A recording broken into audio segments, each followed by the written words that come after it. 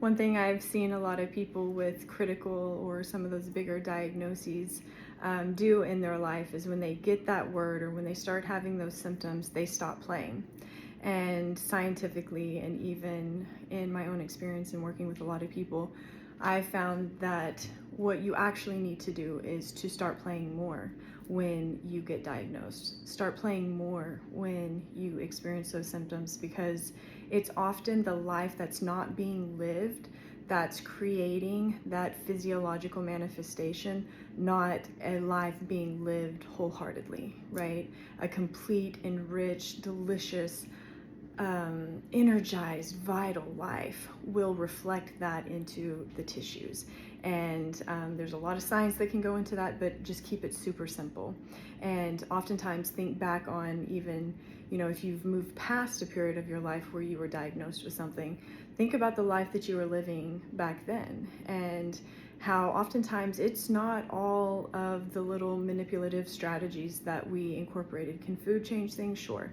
Can nourishment and movement and light and all of those different things? Absolutely. I even talk about those in my own master classes, right? In a totally different way, but some of the things are similar. But for the most part, what you'll see is that most people weren't living, especially the more severe that word is that they are handed, or the more severe their symptoms are, they were living less. They were more enslaved by their work, enslaved by a very impoverished way of thinking, enslaved in their relationships. Their life was toxic, and that was being reflected into their tissues.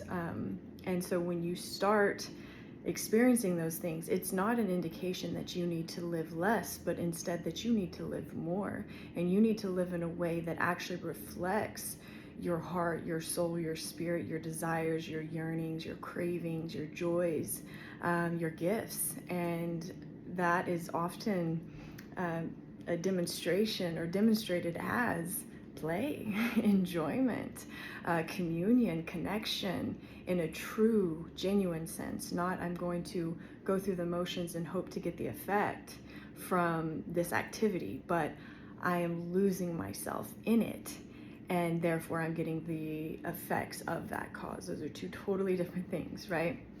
And so, again, I just want to encourage you here, if you start having symptoms or if you've been diagnosed with something, that's your indication to start playing, not to stop.